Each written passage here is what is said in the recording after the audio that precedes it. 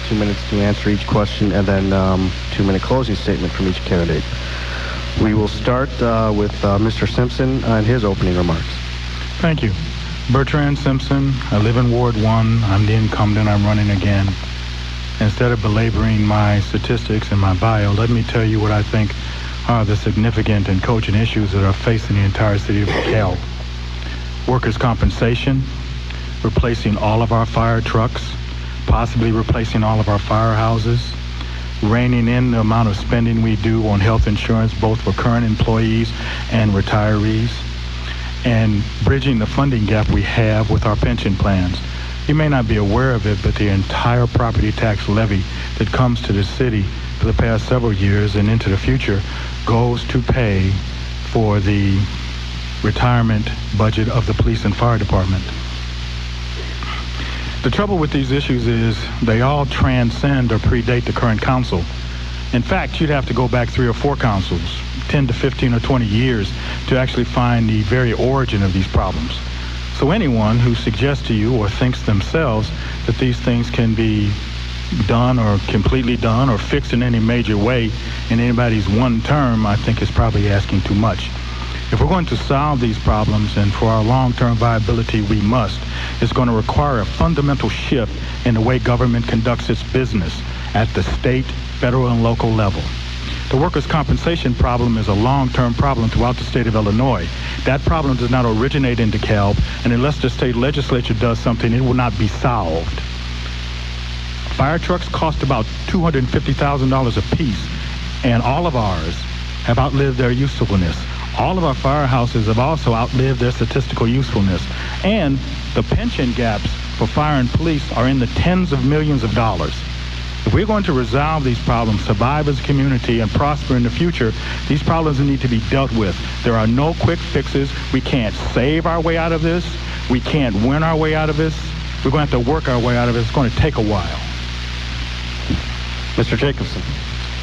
My name is David Jacobson. I am the candidate for First Ward Alderman, City of DeKalb. I wanted to take a moment to thank everybody in the audience and those listening in at home. I have had the opportunity to call DeKalb home for 9 years now. As a student, now a graduate, a renter, now an owner, an employee, and now a business owner. In those 9, I have seemingly seen the best of times, and I've seemingly seen the worst of times. It's my sincere hope to help usher in the next great era in DeKalb's history. Through hard work, follow-through, positive vision, and fiscal conservatism, I truly feel I can bring strong representation to both the First Ward and City of DeKalb. As a graduate, Greek property owner, and business owner, I feel I am in a unique position to offer the perspective of all of the issues, a perspective on all of the issues affecting our ward and our city, and can truly act as a representative of my constituency as a whole. As I agree with my opponent that many issues need to be fixed sooner rather than later, and that many of these issues are major issues that transcend their council and probably will be well into the future, I feel we need to really set to work on getting fixes of these problems and not just talking about them, not just going round and round each week, and setting down to really dig in and fix the issues and make sure that they get taken care of as soon as possible. Thank you. First question is submitted from residents, and we'll start with Mr. Jacobson, although Mr. Simpson has already touched on this. What do you see as the top 3 issues facing DeKalb, and what would you do to improve the situation? Again, as Mr. Simpson's already commented on, workers' compensation is a major issue. Our funding is a problem. Our airports are a problem. I know in our ward specifically, safety is a major issue in DeKalb. Our ward is perceived as unsafe. While that may or may not be the truth, a lot of students and residents feel that way and are leaving our ward to go to other places, either in the city or elsewhere. I think we really need to sit down and figure out what's going to fix these issues. Simple things can be done to start. Obviously, many ideas have been floated out there on how to fix the budget and our budget crisis and all of those issues. We are not alone in our struggle, both in the city and in this world, in our economic times. I think truly what we can start is seeing what else we can cut. I know cuts have been made, staff cuts have been made, and there's been several comments as to whether or not little bits and pieces can add up here and there. It's a start. When we can start to figure out where our money's going to, there's not a single candidate that'll be up here tonight that thinks that they're going to open up the budget and see a line item for $2 or $3 million that says waste. I mean, it's there. We got to find a way to cut it. We got to find a way to figure out how we're going to move on. Once we tackle those issues, we start to see where the cuts have taken hold and how they're working.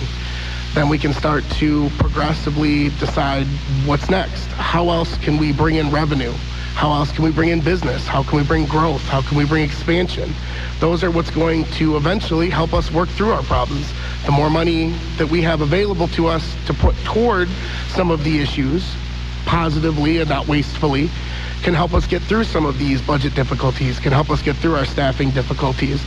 And once we work them all through, hopefully in the next 4 to 6 years, we can really see some positive change in Dekalb and make it happen for our residents both now and in the future. Same question, Mr. Simpson. In addition to what I've said, one of the main problems with our government is that we have a city manager form of government. By that I mean the people you elect, the mayor, and the city council people are all part-time. That's not necessarily a bad form of government, but the people that you elect, who are citizens like yourselves, not that the city workers are not citizens, we don't have full-time input in the government. We are generally retired people doing this, or working people doing this, or student working people doing this. If the voters are going to get the best out of their government, they have to have a government that is intended on a daily basis to put in much time in that government as the city employees. So as long as we have a city manager form of government, and this is not casting any aspersions on our city manager, we are going to be at a disadvantage as an elected group of people to fully function in this process. Also, the citizens of our town need to be better educated about what it is they can actually do to keep us on our toes. Don't just keep us on our toes during election season. Don't just keep us on our toes by emailing us and ranting and raving. Come, stop me in Jules, stop me at Snooks, stop me in the student center, stop me after class. But the citizens, this is supposed to be a participatory form of government. The participation in a small town like this should be everywhere and all the time. So, again, I think we have a basic problem with the city manager form of government, not with the city manager. And I think we don't have enough regular interaction between those you've elected outside an election season and those who do the electing. Because the real burden is going to be on all of us as citizens. The city council merely represents you as trying to shoulder that burden. If we're going to get through this, it's going to take more shoulders to the wheel and so on. Thank you. Question number 2, and we will start with Mr. Simpson. How would you improve the relationship with Northern Illinois University? As a former 25-year employee of the university, I think one of my first concerns when I came to DeKalb, coming from 2 other college towns, is my perceived lack of cordiality between the town and the gown. Northern is a great asset to the city. The city is a great resting place for the university. People on both sides need to actively seek that out. I think, for instance, and not meaning to cast any stones, that the president and people on his staff know that I've worked at the university for a quarter of a century until I retired, and know that I'm the city's alderman. And I don't recall anybody from the university reaching out to me except one time a year ago to try to form that connection.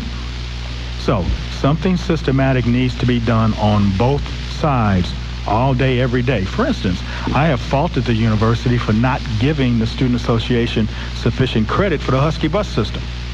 I've complained occasionally in private and sometimes in public that whenever the city and Transvac, for instance, which is also a great group of people, talk about transportation in this town, they never mention the Husky bus. And to my limited way of thinking about it, as a person who used to put together the contract for the Husky bus when I was faculty advisor to the Student Association, I have never thought that the students got the credit for the tremendous part they've played in this city being comfortably in the transportation realm because of the money they spent. So again, both sides need to do better by consistently and instantly reaching out at all levels. You haven't done enough, need to do more. Same question, Mr. Jacobson. I know from my experience, at least in the Greek world, several years ago we were having the same issue, that the Greeks and our alumni and our organizations weren't really able to get access to anyone in the university. Well, we had full-time staff members in a Greek affairs department. It seemed that was pretty much our only outlet. We complained, we were upset about it for years, but nothing really changed. It basically took a group of alumni to get involved and be proactive. They had to reach out to the university. They had to bring the players to the table. They had to bring everyone that was involved one way or another, whether it be marketing, athletics, recruitment, all those different people, to the same room at the same time. And it's a hurdle. It's been a hurdle for years. Little by little, we're gaining traction. We're seeing a lot more co-working between the groups, which has been great. And I think that's where it's going to start in the city, is someone has to reach out and be proactive. We can hope that sometime the university will come knocking on our door, but unfortunately, I don't see that day coming anytime soon. We need to go to their door. We need to say, here's what needs to change. Here's what our students are asking for. Here's what our residents are asking for. As Mr. Simpson said, the university is a great thing to this community. It provides jobs, it provides residents, it provides housing, it provides all those things that have helped to make DeKalb a great place that we all enjoy today. We need to foster that relationship and find a way to work together so that everybody is going in the same direction and not working against one another in so many different facets. Thank you. Our final question, we will start with Mr. Jacobson this time, is what would you do as a city alderman to bolster economic development vitality for DeKalb? Again, I know a lot of the questions out that I've especially received are very financially based. What are we going to do? How are we going to solve this issue? Where are we going to go from here? And a lot of people have asked me, how are you going to bring something different to the table? Again, I would applaud the council on bringing in a new organization this week, actually at this past city council meeting, to start to tackle those issues. But what it really comes down to is mentality. I know today on a post on Daily Chronicle's website, I brought this up toward one of the same, very similar question. Unfortunately, the current city council as a whole, for the most part, was shielded from much of the recession. They had wonderful salaries and great benefit plans and pensions that many of the new candidates you'll hear up here tonight didn't have the luxury of. We have been forced to find a way to save, to get by in our young adult lives. And it's a different mentality that we see today. We're penny pinchers. We save money. We find ways of making things work for us. I think in terms of economic development, we need to find a way to develop our downtown better. We've poured tons of money into it. We've made it pretty. We've made it nice and all those great things. But really, the anchor businesses still aren't showing any interest. We need to bring in some businesses that are going to promote people stopping and shopping in DeKalb. We need to bring people into the DeKalb area to shop for the day and not just to stop at a niche store. Those are the things we should start to concentrate on. Hopefully the Shodine development will bring more interest toward that area of our city. With the redevelopment of the Lincoln Highway and Annie Glidden intersection, I think these will bring great things to our town. We do still need to concentrate on what we have there and make sure that they have a home when they leave those places, and that we continue to develop our overall business groupings and bring in more revenue to the city of DeKalb. Mr. Simpson, same question. Personally, I think we need to open as many skating rinks as possible. And one of my favorite plans has always been to have a DeKalb monorail. Let's talk about this realistically for a couple of seconds. When I first came on the council, the economy had not gone in the crapper, so to speak. If the economy had not gone in the crapper, there'd be 2,500 to maybe 3,000 additional single-family homes in this town. Not in this county, in this town. There'd likely be 2 more hotels in this town. Not in this county, in this town.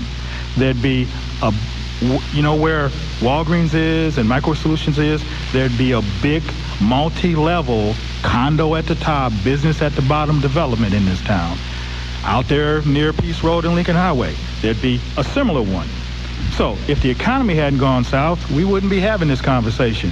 So if you ask me, it's not that we planned poorly or had poor plans. It's just that the real world got in the way of our plans. If people are going to be attracted, let me give you an example. It's like with the airport reorganization. Yes, we should regionalize it.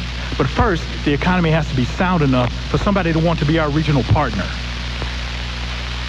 For business to come here, the economy in the larger world has to be sound enough for business people to want to put their capital at issue. It's not just about some old fogies on the city council who are taxi spendy liberal types who drove this bus into the ditch. The whole economy went into the ditch. We are, I think, somewhat fortunate that we're further from the ditch than we might be. So again, I'm not suggesting we don't have things to buckle down and do, but let's be clear. We'd be a lot better off as a community with the old fogey taxi and spendy types that we have on the council now if the economy hadn't gone into a hole. Thank you. We'll move to closing statements, and we will start with Mr. Simpson. 2 minutes. Bertrand Simpson, running for Alderman in Ward 1. I am running on my record. I am the incumbent. If you appreciate what I've done while in office, please vote for me and suggest that others vote for me. If you think it's time for a change, then please vote for my opponent. I said at the last debate that I'm relatively confident that anyone who actually gets elected to the city council within a general range of behavior can do the job. So if you like what I've done, this is the man you're going to get. I'm not going to be radically different in my second term, should I be grateful enough to have one, than I was in my first term. So I'm running on my record. There will be no more skating rinks on my watch, I promise you. Now, just so you know, that yes, I am an old fogey, and yes, I am retired, but I have potentially more university experience with student issues than anybody in this town. I have advised Black Greek organizations, white Greek organizations. I'm the faculty advisor currently for the Evans Scholars. I have advised each and every segment of the Student Association and the Campus Activities Board. I was on the editorial board of the Northern Star. I have taught political science. I have taught in the business school. I have taught in the MBA department. I taught a social science course at Kish, and I taught at one point in time more sections of UNIV, which is our freshman seminar course, than any other living person.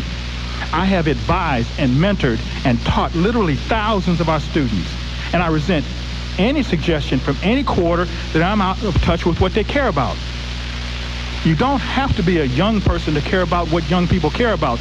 That was my job for nearly 20 years. And I don't mean to take any thunder up from anyone, but one of the fine young people who's running for office was a former student of mine. And Mr. Ricardo, who's a fine young man, is a former student of mine. 3 of the 4 first student regents were students of mine. Half of all the student trustees that have ever served on this campus were students of mine. So I'm very involved in what goes on here. I've been a renter, and now I'm an owner. And I'm proud of both situations in my life. But don't think this is about age. Mr. Jacobson, your closing. I want to thank everybody again for coming out, and those of you listening at home. The election's only a week away. I urge all the residents to get proactive and to get educated on the platforms of the candidates running in their own wards. Most importantly, I ask that you get out to the polls and make your voice heard on April 5th. I'd also invite everyone to visit my campaign website at www.niusam.org/Jacobson to learn more about myself, my background, and my platform, and what I will do to hopefully better the city of Dekalb. Thank you. Good luck to you.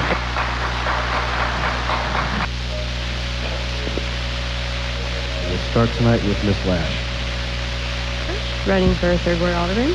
I'd like to thank the chamber and their sponsors and the people that are here and the people who are listening at home tonight for getting involved in the process.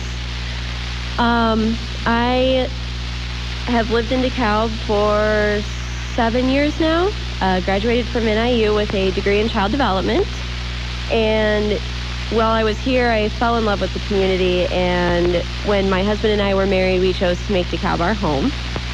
I'm currently the site director for the before and after school program at Little John Elementary School through Children's Learning Center. My main issues are the budget, our TIF, and definitely transparency in our government. There are way too many details to go into in a 2-minute opening statement, so I encourage everybody to check out my website at lashforalderman.com. The city faces many challenges, but I also see a potential for a great future in our community. I see it every single day in the faces of the children that I teach. That potential is what I will work for if I'm elected on April 5th. Thank you. Ms. Sherman. Thank you all for coming out tonight, and thank you for everyone who's listening at home. My name is Paulette Sherman. I live on Kendall Lane with my husband John and our 6-month-old daughter Lucy, and I am currently a stay-at-home mother to our daughter. I am a Husky. I graduated from NIU with a degree in political science. My emphasis was public administration, and I also have a minor in probability and statistics. I do have previous legislative experience. In 2005, I was appointed to the Dekalb County Board to fill a vacancy, and I think that time on the board gave me a lot of insight into how local government works and what it really means to be a representative for people, and especially how the budgeting process works. I decided to run for alderman because I feel like there are a number of very serious issues going to be facing the city that, well, currently facing and will be facing the city, and I didn't like the direction that things have been headed.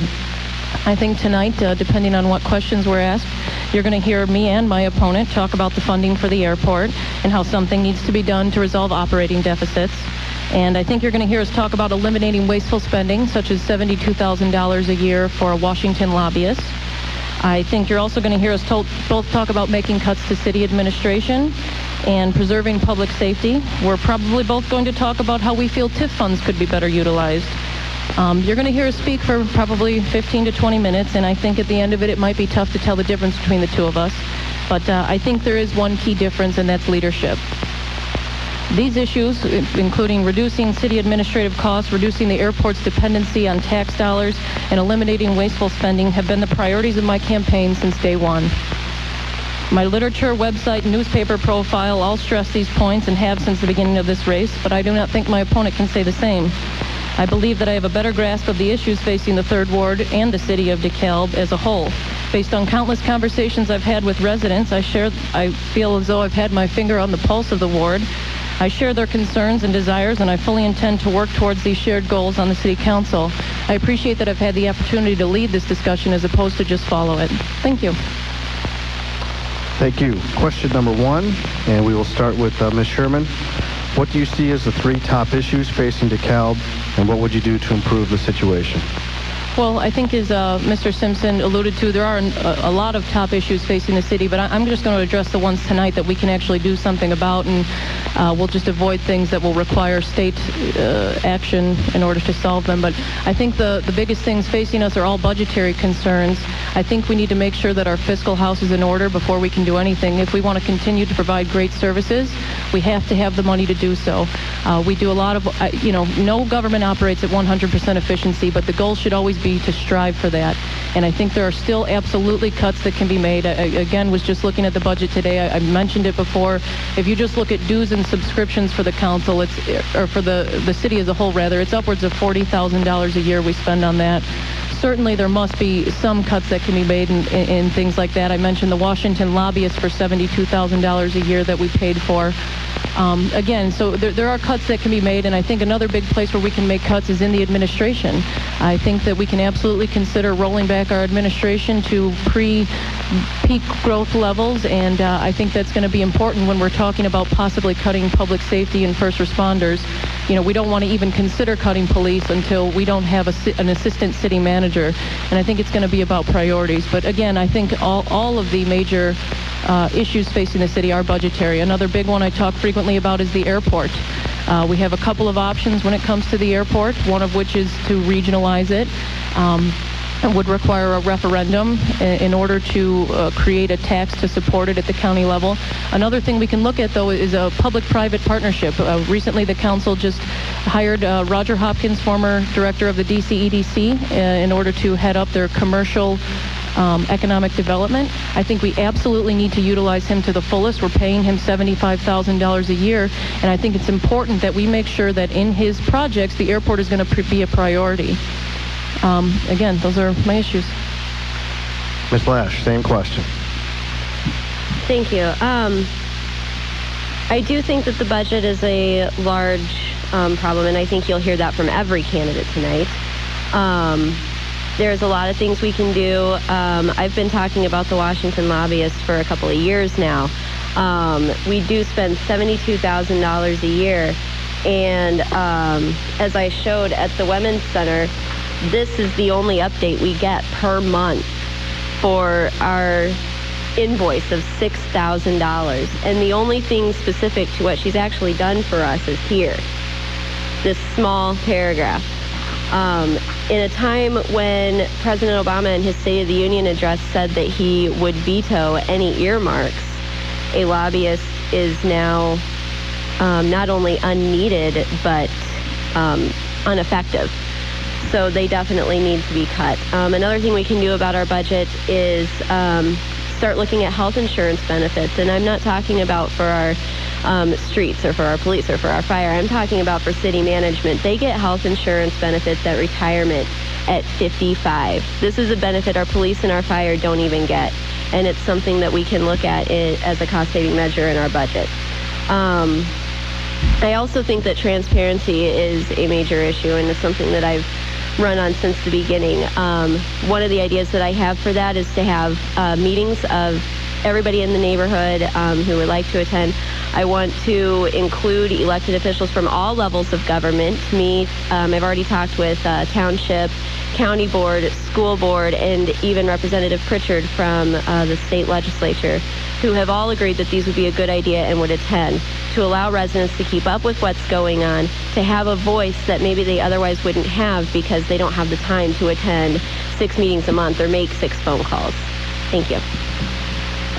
Thank you. The second question, and we'll start with Ms. Lash, is how would you improve the relationship with NIU?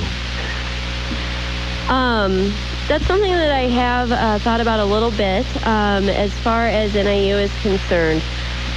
One of the things that I think could be done, NIU is a great resource, and we're looking at a city staff that is very stretched out. I think we could be looking at the engineering school or maybe other places for interns to help with some of the work overload that is going on. I agree with what Mr. Jacobson and Mr. Simpson said, that we need to have communications from both sides. There have been mistakes on both sides, and we really just need to come together and just reach out to the university as much as we can. Same question, Ms. Sherman. I think one of the biggest resources that the students of the university anyway have to offer the city is, as Mr. Simpson pointed out previously, is Husky Line. People may not know this, but Husky Line is actually the second largest transit system in the state, second only to the CTA. And again, I don't feel that they get due recognition for what they do. But that being said, we all participate in what's called DSATS, the Dekalb Sycamore Area Transit Study. And it's an MPO, Metropolitan Planning Organization. And while the Student Association does have a seat on that technical committee, I don't think that their participation in the last few years has been at a very high level. And, when I was a student at NIU, I worked as the Director of Governmental Affairs, so I know what it can be like to be a student, and it can be a little intimidating. But I certainly think, as an elected official, I would absolutely be willing to reach out to the Student Association and spend my time. I'm not paid on an hourly basis. And, really encourage them to participate and take full advantage of the opportunities they're given. There are a lot of cities that have major universities, but I think in DeKalb we have the opportunity to really have a unique relationship with the university and the students and the residents working very closely together, and we just need to make sure we're taking full advantage of that. Thank you. Third and final question, and we will start with Ms. Sherman, is what would you do as a city alderman to bolster economic development vitality for DeKalb? I previously talked about Roger Hopkins, who again was just on Monday hired to work on the city's economic development, specifically in the commercial field. And I think it's going to be absolutely important to kind of insist on a return on investment there. We're paying him very good money, and I think he's going to be great at what he does. And I think that we need to do everything in our power in order to support him. As it's been stated, we're definitely in an economic downturn, and things aren't just bad in Dekalb, they're bad across the board. So what we need to do is, in light of that, we need to move forward and say, well, this is our situation, but how are we going to make it better? I think hiring Mr. Hopkins was a smart move, and I think he's going to do a lot of good for our community, and I look forward to working with him and offering and volunteering my time to him in any way possible. Ms. Lash? I really do think that the first step is putting our financial house in order. There's not a lot we can do for the economic vitality of the development of our community without our financial house being in order. I've already touched a little bit on some of the ideas I have for our budget, but as Mr. Simpson said, some of it is also just the economy as a whole.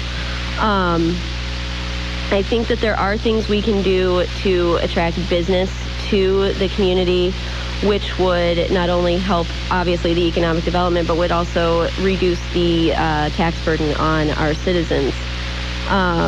And one of the major steps in that, as my opponent has also brought up, is regionalizing the airport. The airport has attracted a lot of business. Target came here mostly because of the airport. 3M greatly values the airport. That's part of the reason they're expanding. And if we can regionalize the airport so that we can share the costs of the running of the airport with communities who are benefiting from the jobs and the tax revenue that these businesses are bringing in, then we could foster the growth of the airport, and that would also help to bring in more businesses. Thank you. We'll move to closing remarks, 2 minutes each candidate, and we'll start with Ms. Lash. Again, thank you to everyone for coming out tonight. I really do think that the biggest difference between me and my opponent is the transparency issue. I have been out there. I have been on the doors since January. I've been talking to residents. I have the kids in my program. I've been listening to the people of the ward for 4 years now. I really am, concerned with some of the things that have gone on in the city.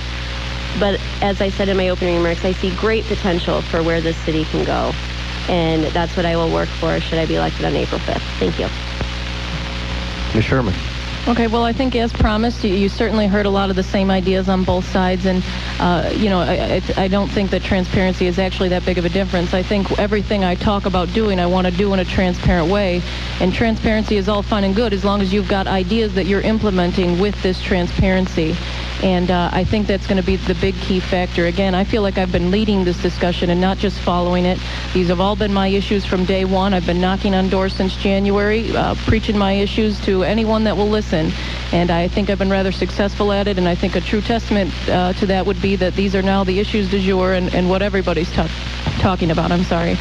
I just want to take a minute to thank Pam Verbeek, who is here tonight. I think she's been a fantastic alderwoman and a true asset to the council. She's got a reputation, I think, for being the one to always ask the questions and ask the tough questions and kind of a stickler for detail and attention, which I think is extraordinarily important. And, I think she's leaving some big shoes to fill, and I just hope that I'll be capable of doing that. If I have the chance to serve as your alderman, I would like to see us hold the line on all taxes. I don't feel that we are in a position that we need to raise any taxes. I think we've got enough money to do what we need to do, and while, maybe we can't always buy everything we want to buy, we need to get creative and be innovative and find cheaper ways to do what we're already doing. I think we need to maintain public safety. We don't want to make any cuts to first responders, which means making cuts to administrators. We absolutely have positions that could be eliminated there before we even consider laying off one more first responder. And thank you very much for your time, and thank you for everyone who is listening at home. Thank you.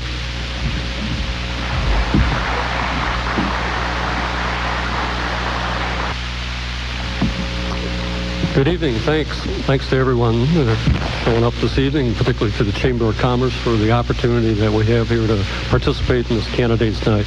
As a resident of the 5th Ward for nearly 25 years and of the community for over 45 years, I have a deep commitment to the city of DeKalb and for the betterment of our community.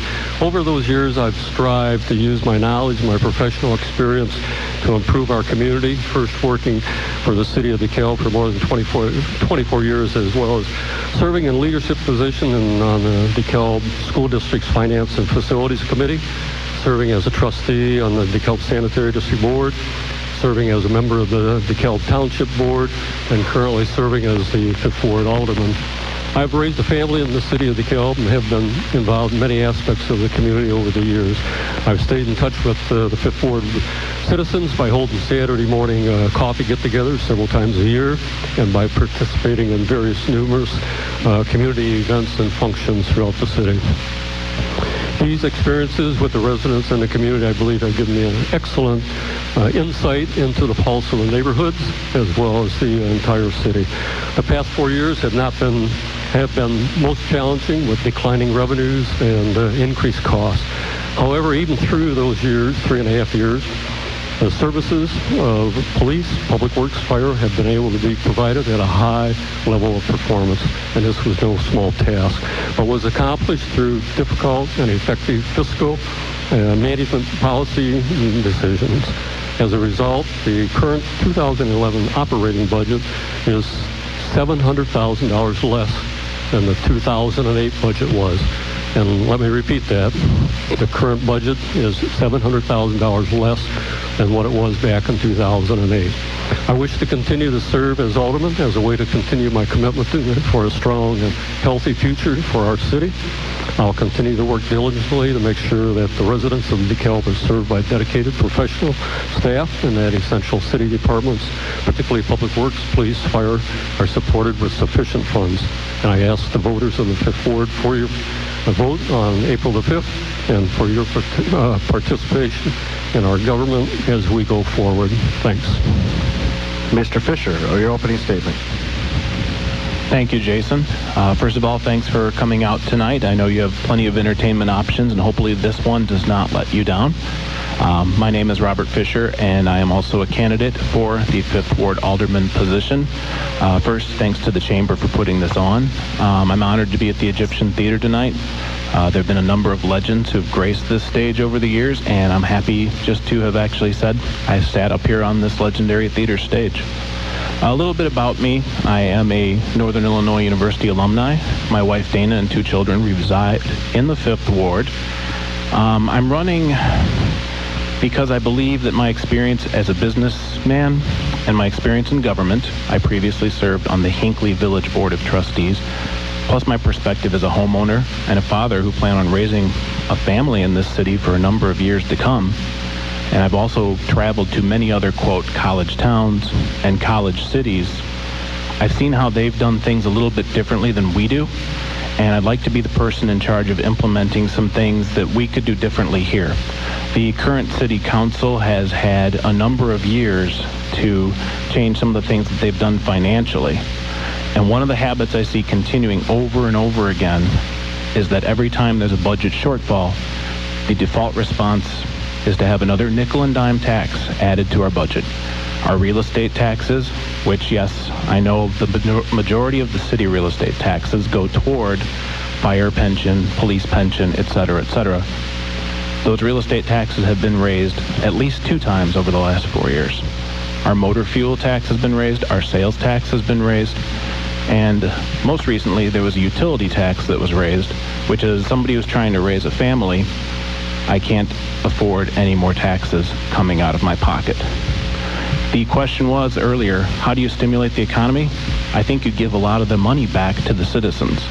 And if I'm elected to the 5th Ward position, I'd like to work to keep the taxes lower.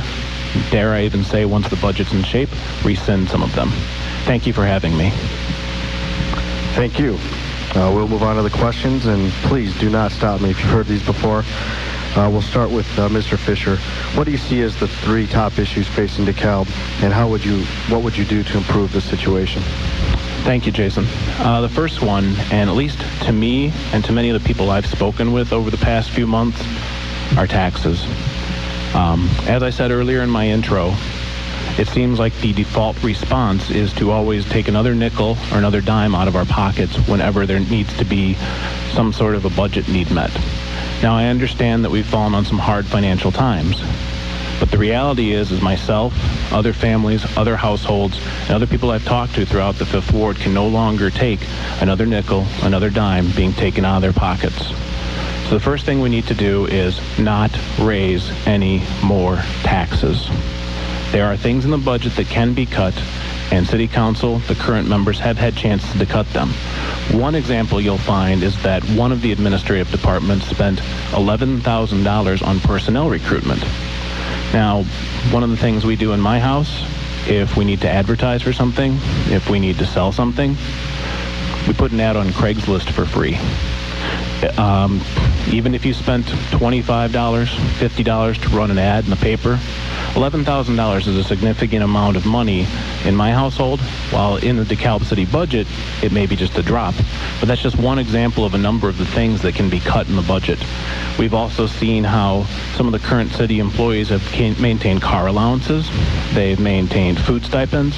If you go through the meeting minutes in 2009, our assistant city manager spent $178 on food at a conference. In my line of work, I manage a sales territory. I get a stipend of about $30 a day. So that's just one of the many ways that I'm going to look at the budget line by line. Everything is on the table. The other two issues that hopefully I have enough time to talk about are safety and the downtown. I'm looking at ordinances that other cities such as Aurora and Elk Grove Village have passed with mixed success and great success when dealing with multi-level housing. And also, I'd like to take a little bit more time to talk about downtown if the opportunity arises. Thank you. Same question, Mr. Naylor. Well, I believe there's several out there, but the three top priority in my mind is basically ensuring our financial stability. And to do that, I believe by balancing the operating budget and through basically containing our spending, further reductions, but definitely trying to live within our means and our revenues. Further, by implementing some of the further cost-saving initiatives that were recommended by the Strategic Financial Evaluation Plan that we've been following for the last 2+ years, which has provided much input to a lot of our process over the last 3 years in our decision-making. Also, public safety, I think that definitely is one of the top priorities. And we need to attack that by maintaining our current safety service levels and our personnel levels as a minimum, by exploring alternative resources and new methods of service delivery, by exploring consolidation opportunities that may be out there, and by seeking out further financial grants and aids from other agencies and other governmental segments. And the third is to enhance our economic growth, our economic development, definitely by creating an environment that is attractive to job creating businesses, by marketing the downtown to new businesses, and by pursuing regionalization of the airport and expanding the use of the airport. Just yesterday, in talking with the airport manager, he indicated that of recent times, large cargo planes have been bringing in material to local industry here, and every time they land and take off, they fill with fuel, and that's like a $10,000 charge for the couple thousand gallons of gasoline or fuel that's out there, which seems to be adding to the use of the airport, and which is a good indication. Thanks. Thank you. Second question, and we will start with Mr. Naylor, is how would you improve the relationship with Northern Illinois University? Well, I think we continue to grow and to expand all of the current cooperative efforts and initiatives that are currently in place and are underway throughout our government, the city and the university. Despite what might be perceived out there that there isn't any cooperation or that there isn't any community university, I would have to sort of take issue with that, because there is an awful lot ongoing, daily, weekly, monthly, as was mentioned here previously via some of our committee work, our planning commissions, our DUSATs. There are members from the university that sit on those committees, participates on a regular basis. There's ongoing meetings between staff and administration at the university. There are many things that are happening like I said, on a daily basis out there. Certainly there can be more done, and I think we can expand and focus on those. There's membership, there's social, as well as the athletic functions, the fire, the police. They do work together despite what you might be perceived out there. They participate. We have contractual agreements with the university for fire services that are continuously being monitored and upgraded and entered into. So there's a considerable amount of community university activities going on out there, and I just think we need to build and grow upon them. Mr. Fischer, same question. Thank you. As an NIU alum, it's something that's near and dear to my heart and very important to me, being that I live in the 5th Ward, which is adjacent to the NIU campus. I'm going to break this down into 3 portions. Number 1, if I'm elected, I'd like to take a look at the relationship between other universities and their host cities. I'd like to see how Champaign-Urbana interacts with U of I. I'd like to see how Carbondale interacts with Southern Illinois University, Macomb with Western Illinois University, and so on and so on. The reason I say that is if you take a look at this recession that we're emerging from, the majority of cities that had a university as its economic anchor fared better, not all, but a majority of, fared better than most cities that did not. And that tells you that education is a driver behind the economy. So I'd like to figure out the best way to use the city council, whether it's on an individual basis or as a collective basis, to be the conduit between the city and the university. Secondly, I'd like to use the student body, which is the greatest asset that the university has, to better the actual living environment in Dekalb. By that I mean, if you take a look at downtown Dekalb on any given night, especially on a warm night, you can go by the corner of 3rd and Lincoln Highway, and there's live music being played. There are festivals that people are originating, such as the Middle West Fest, which happened last September, that bring people from all over the area to watch performers. There are cities like Paducah, Kentucky, that generate nearly $22 to $27 million a year in art. And a lot of that tourism comes from out of town. One of our biggest problems that we've had since I graduated 10 years ago is that students like to go back to the suburbs of their existing communities because they say there aren't enough things to do in Dekalb. And it doesn't have to be something that government initiates. It can be done privately if you work with the existing businesses that deal with music and art and some of those things to try to keep students here and engaged. Thank you. Third question, and we will start with Mr. Fischer. What would you do as a city alderman to bolster economic development vitality for Dekalb? Well, I think one of the biggest ways that you can bolster economic activity is giving people back some of their own money. As we've talked about over the last couple of years, we've seen real estate and taxes increase. Now, in defense of the city, not all of it is exclusively on them. However, there have been certain percentages of the real estate tax that have increased over the last couple of years, and that's another $20 or $30 here, another $20 or $30 there. The motor fuel tax, the utility tax, the sales tax. When you add all these up, that's a couple $100 a year for a family. And when you take that money out of my pocket, that's that many less pairs of shoes I can buy. That's a box of diapers for my children. Anytime that the government takes more money from the citizens, it's less they have to spend on clothes, on a meal out in one of our restaurants, for which we actually generate sales tax revenue on. So that would be the first way. The second way, and we talked a little bit about downtown earlier, I've been talking to a lot of the downtown businesses, and I think we have to seriously look at the relationship that we have with Renew Dekalb. One of the things I've heard from business owners downtown is they don't feel that Renew Dekalb is doing that good of a job marketing downtown, and maybe we're spending all that money for nothing. So I think that's something we have to seriously look at. And a lot of the economic growth doesn't happen because government makes it happen. It grows organically because people make it happen. Again, take a look at some of the events that have been put on here in the last few years. The Middle West Fest, the independent film festivals we have downtown.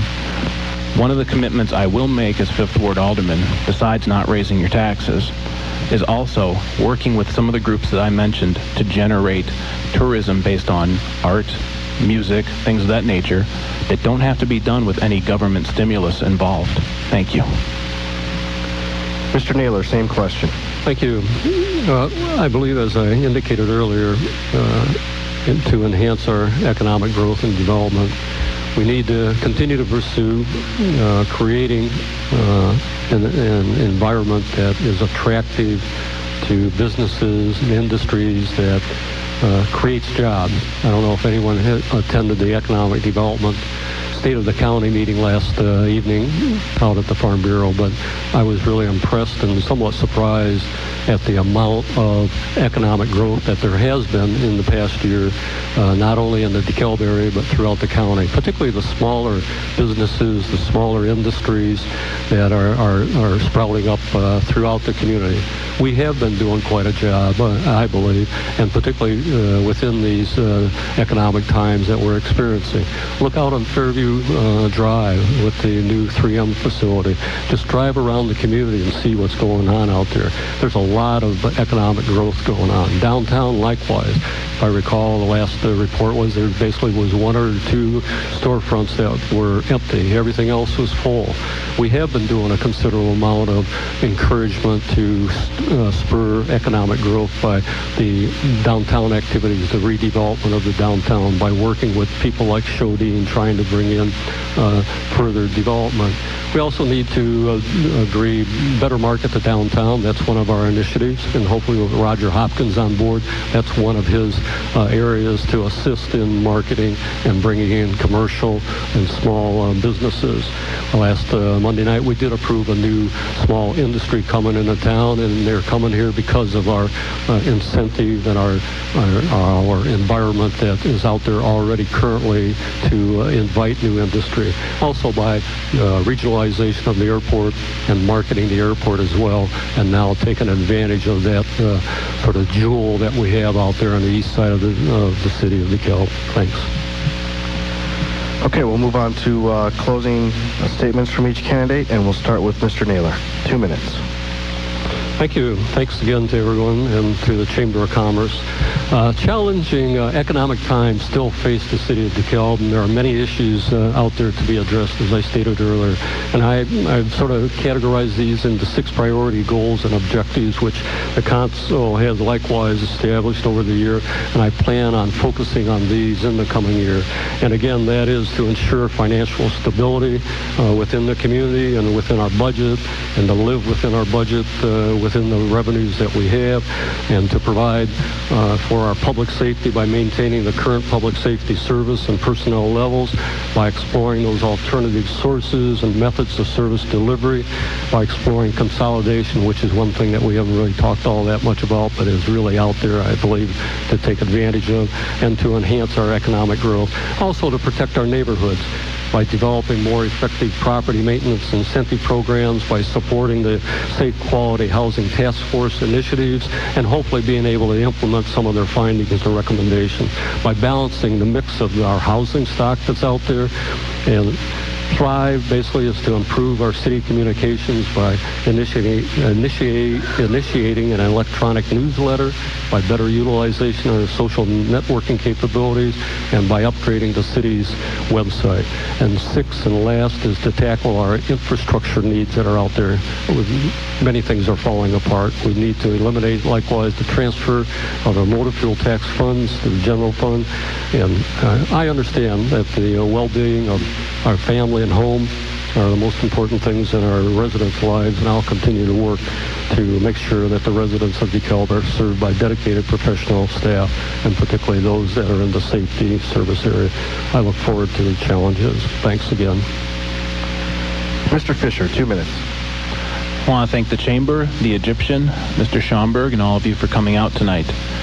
I think what you've heard up here tonight is 2 very different candidates with very different backgrounds, but ultimately they want the same thing for the 5th Ward in the city of Dekalb. They just have a different perspective on how to achieve that. One of the things that we need to look at is, with the budget, everything is on the table. And why do I bring up the budget again? Well, let me give you one example. As the weather gets warmer, one of the things my wife and I and my 2.5-year-old son look forward to is going to Hopkins Park to see the Dekalb Municipal Band. We know that is the longest running municipal ban in the state. But my fear is that 5, 10, 15 years from now, no matter which of us or any of us or who all of us are sitting up here on the council, it may not be around. And one of the things I think we need to do, whether it's me, Ron, or whoever in any ward, on any chair, needs to look at private-public partnerships. It's the way everything is going. Take a look at any sporting event you watch. From beginning tip to the ending tip of the basketball game, everything is sponsored by somebody. I have 10 years of experience in business managing a sales territory for an electrical and heating manufacturer's rep firm. I've dealt with businesses from one end of the state to the other. And one of the things I hear most frequently is, oh, you're from Dekalb? That's nice, but boy, the taxes sure are high. So one of the things we have to do is take a look at line items, such as $11,000 for personnel recruitment, professional dues, training publications, car allowances, uniforms for non-safety personnel, and certainly no more ice rink style projects. Although maybe we can talk about a public-private partnership with that if we get the budget underway. The airport has been brought up a lot. There's really not too many things I can say about the airport that haven't been said before, other than I would favor a private-public partnership. Since regionalizing it, I still fear a large part of regionalization, the burden would be on DeKalb since half the residents live here. I'm Robert Fischer, 5th Ward candidate for Alderman. You can visit me on Facebook or Twitter. I look forward to serving you if I'm lucky enough to have the chance. See you on April 5th. Thank you. 2 minutes for each. Take it away. Opening statement. So, good evening. I'm glad to be here tonight at the Chambers Egyptian Theater. Thank you for having me. My name is Monica O'Leary. I'm a resident of DeKalb, Illinois. I've been here for 27 years now. I'm a wife and I'm a mother of 10 beautiful children. I'm also a homeowner and I'm a minister at New Hope Missionary Baptist Church. I'm a member of NIU ACRO. I'm also the advisor of our college ministry. Also, I'm a small business owner. I'm the owner of Monica's Auto Repair. And I am running for Alderman of the 7th Ward to represent the people, the real people of the DeKalb, because I'm not a politician. I am a real person. And as a taxpayer, I am so concerned about the direction that our city is headed. I'm also concerned about the decisions that have been made over the years in our town. They have not been all bad decisions. They've been good decisions, but I think the decision should be based upon the whole community and the needs of the community as well. If I am elected, my issues I'm looking at are crime and safety, budget management, and also economic development. We have heard everything that I'm saying redundantly over and over this evening. But I'm just here to represent the 7th Ward and to be a voice for the people. Thank you. Thank you. First question, and you may have touched on this a little bit here already, but what do you see as the 3 top issues facing DeKalb, and what would you do to improve the situation? Okay, the 3 tough issues, again, as we said before, is the budget. Just finding ways to budget, make a more of a common sense decision making with our budget. Also, they talked about the lobbyists. We pay $72,000 a year. I also looked at even the phone bills, the cell phone, the different amount of money, $60,000 a year. I just will go through it, as everyone has said, line by line, looking to find better ways to manage our city budget. I know we're nickel and diming each other, every time we have to raise the taxes. But I think if we look at the other parts of the budget, I think we can cut some other things that we don't have to raise. Property taxes. My property taxes has gone up so high, and I was like, oh my God, what's going on? Also with the water bill has gone up. And I think we do need to look for other avenues as we look through the budget. The second question is, how would you improve the relationship with NIU? First of all, as I did research about NIU, I attended NIU as well, but according to the American Safety, NIU is ranked number 10 as one of the most dangerous schools in the United States, just because of the things that's happened over the past 3 years. Our relationship with NIU, we need NIU. We need the resources that NIU brings to our city. And I feel that we need to, how can we better that? We need to have more police presence. We need to build a better communication with DeKalb Police as well as NIU Police to have them present more in the evening instead of the daytime. You'll see more police activity during the day, but in the evening when the students are out, I'm in a student ward, we need more police out during that time. Thank you. And finally, what would you do as a city alderman to bolster economic development vitality in DeKalb? First of all, as a small business owner, I would try to bring in more revenue. Even in my business, auto repair, just hiring more people, getting people more back to work. Unlike Mr. Simpson, I would love to see more skating rinks here in town to give our children more things to do. The thing that's saying is an idle mind is the devil's workshop. I believe we need more things in our community, economic development for our children. They need more things to do. We have bowling, we have the movies, but I think they need more things to do. If they don't do sports, they really don't have anything to do.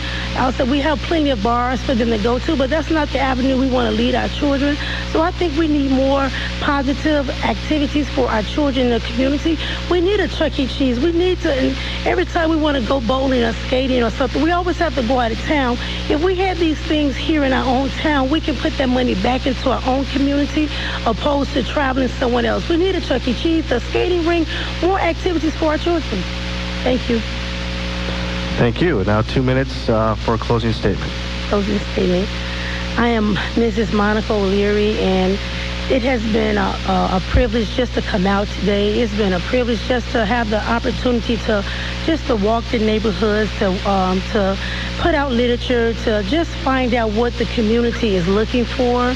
I'm here, and if anyone have questions regarding the 7th ward, mainly it's a student ward, and the students are sometimes, they don't really care about our town because they're just here for a short period of time.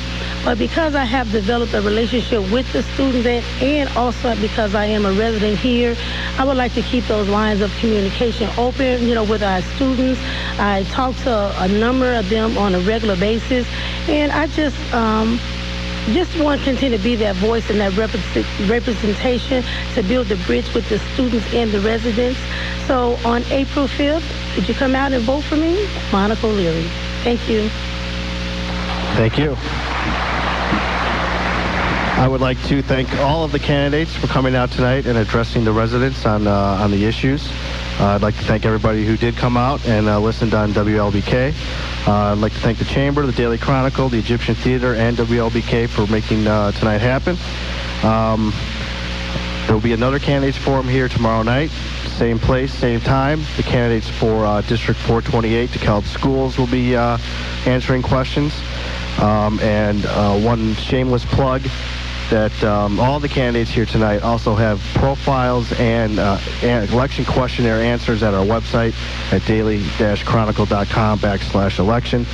And most importantly, I want to remind you to get out and take advantage of either tomorrow being the final day of early voting or getting out on April 5th on Tuesday and casting a ballot. Thanks for coming.